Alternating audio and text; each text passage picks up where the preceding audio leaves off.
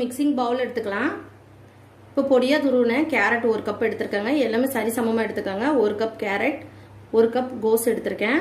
1 cup போல் உருளைக்கிழங்க பொடியாக துருவியிருக்கேன். Carrot துருவுறதுல துருவிக்கோங்க, அப்போ உங்களுக்கு நல்லா ஈவனாக வரும். இது பவுலுக்கு மாற்றிடலாம்.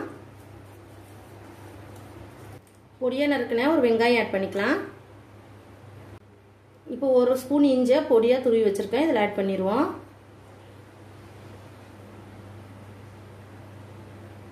பொடியாக நறுக்கின பச்சை மிளகாய் ஆட் பண்ணிக்கலாம்.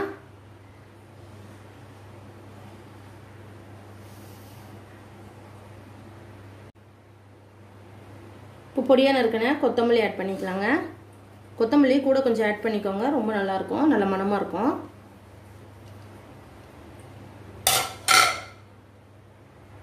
இப்போ 1 ஸ்பூன் மிளகாய் பொடி ஆட் பண்ணிக்கலாம்.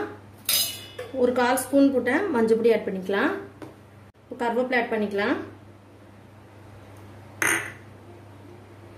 தேவையான அளவு உப்பு ஆட் பண்ணிக்கலாங்க. இது ஈவனாக மிக்ஸ் பண்ணிடலாம். வெஜிடபிள்ஸ்லாம் எல்லாம் மிக்ஸ் ஆகணும் உப்போட.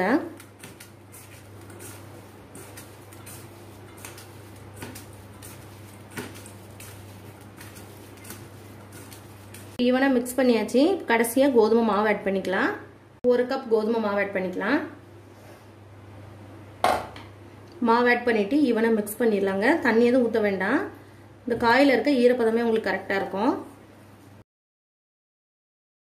இப்போ கொஞ்சம் போல் ட்ரையாக இருக்குது, கொஞ்சமாக தண்ணி தொளிச்சிடலாம்.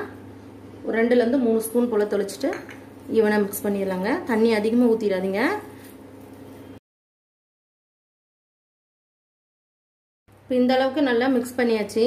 ரொம்ப தண்ணி ஊற்றக்கூடாது. எனக்கு 1/4 கப்போட தண்ணி கரெக்டாக கொஞ்சமாக தேவைப்பட்டது. ஒரு 5-6 ஸ்பூன் போல் தேவைப்பட்டுச்சுங்க.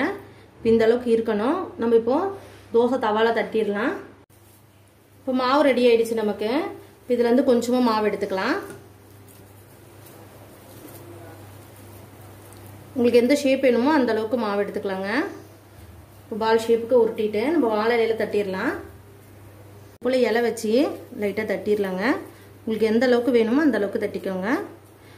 உங்ககிட்ட வாழை இலை இல்லைன்னா நீங்கள் வந்து கவர் கூட யூஸ் பண்ணிக்கலாம், அதுலேயும் ரொம்ப நல்லா வரும் ஒட்டாமல். இப்போ இந்த ஷேப்புக்கு தட்டிட்டேன். இப்போ நம்ம தோசை தவால டைரெக்டாக போட்டுடலாம். ரொம்ப ஹெல்த்தியாக மார்னிங் பிரேக்ஃபாஸ்ட் எடுத்து குழந்தைங்க செஞ்சு கொடுங்க. ஈவினிங் ஸ்நாக்ஸாகவும் கொடுக்கலாம். அந்தளவுக்கு நல்லா டேஸ்டியாக இருக்கும். நம்ம தோசை தவால போட்டுடலாம். தோசை தவாவும் சூடாக இருக்குது. இப்போ இலையோட வச்சிடலாம்.